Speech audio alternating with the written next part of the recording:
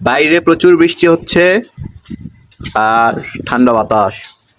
দেখুন, এই যে দেখুন আমাদের বাসার নিচে কতগুলো হাঁস, বৃষ্টির মধ্যে হাঁস ভেসতেছে।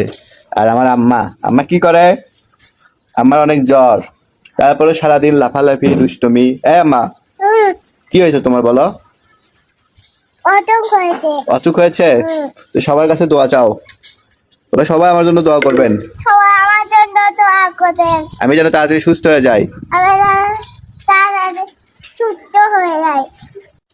বৃষ্টি দেখে আপনাদের ভাবিকে বললাম যে আজকে খিচুড়ি রান্ধো, কয়েকদিন ধরে খিচুড়ি খাওয়া হচ্ছে না, এই আপনার ভাবির হাতে স্পেশাল খিচুড়ি চাউল ধরে নিচ্ছে। এখন চাল ধোয়া শেষ, এখন পেঁয়াজ কাঁচামরিচ এগুলো দিয়ে দিচ্ছে।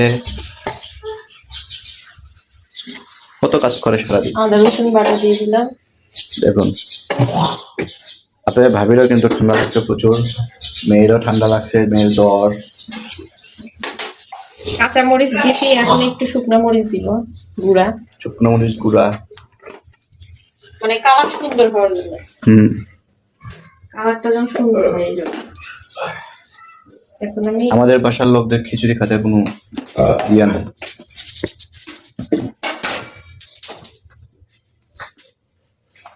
এখন একটু হলুদের গুঁড়া দিয়ে দিব। মশলা দিব না, আমি গোটা মশলা ভাজা সবগুলো এরকম গুঁড়া করে রাখছি। এটা হচ্ছে সিক্রেট, মানে মশলা সিক্রেট রেসিপি। সব মশলাপাতি দেওয়া শেষ, এবার তেল দিয়ে একটু মাখে নিব।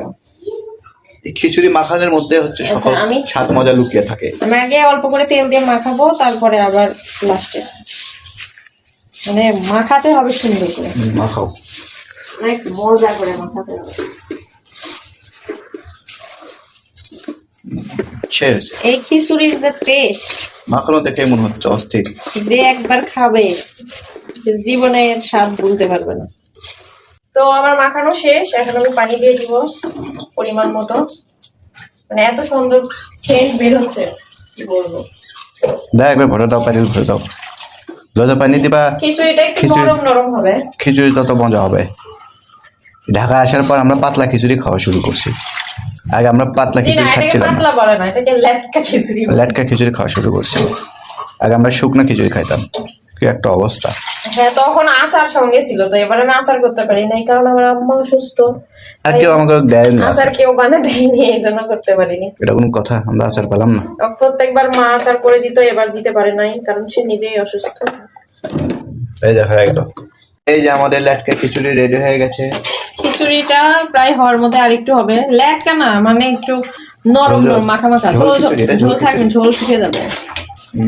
দেখে কেমন লাগতেছে একটু কমেন্ট করে জানাবেন, আর কার কার ওখানে বৃষ্টি হচ্ছে একটু কমেন্ট করে জানাবেন। আমাদের খিচুড়ি রেডি। আর এইটা গরম, অনেক গরম। ও এখন আমাকে খাইয়ে দিবে, সেজন্য গাবলাতে করে নিয়ে আসছে। অনেক গরম ভাব উঠতেছে। প্রেম করে বিয়ে করার একটা সমস্যা, এরকম বড় একটা গামলা রাখতে হয়, এক গামলায় ভাত ঢালতে হয় আর খাওয়াই দিতে হয়। তুমি প্রেম করছো কেন? প্রেম করে বিয়ে শাদী করেন না আপনারা। কি পালাবো না। কি খাচ্ছ তুমি?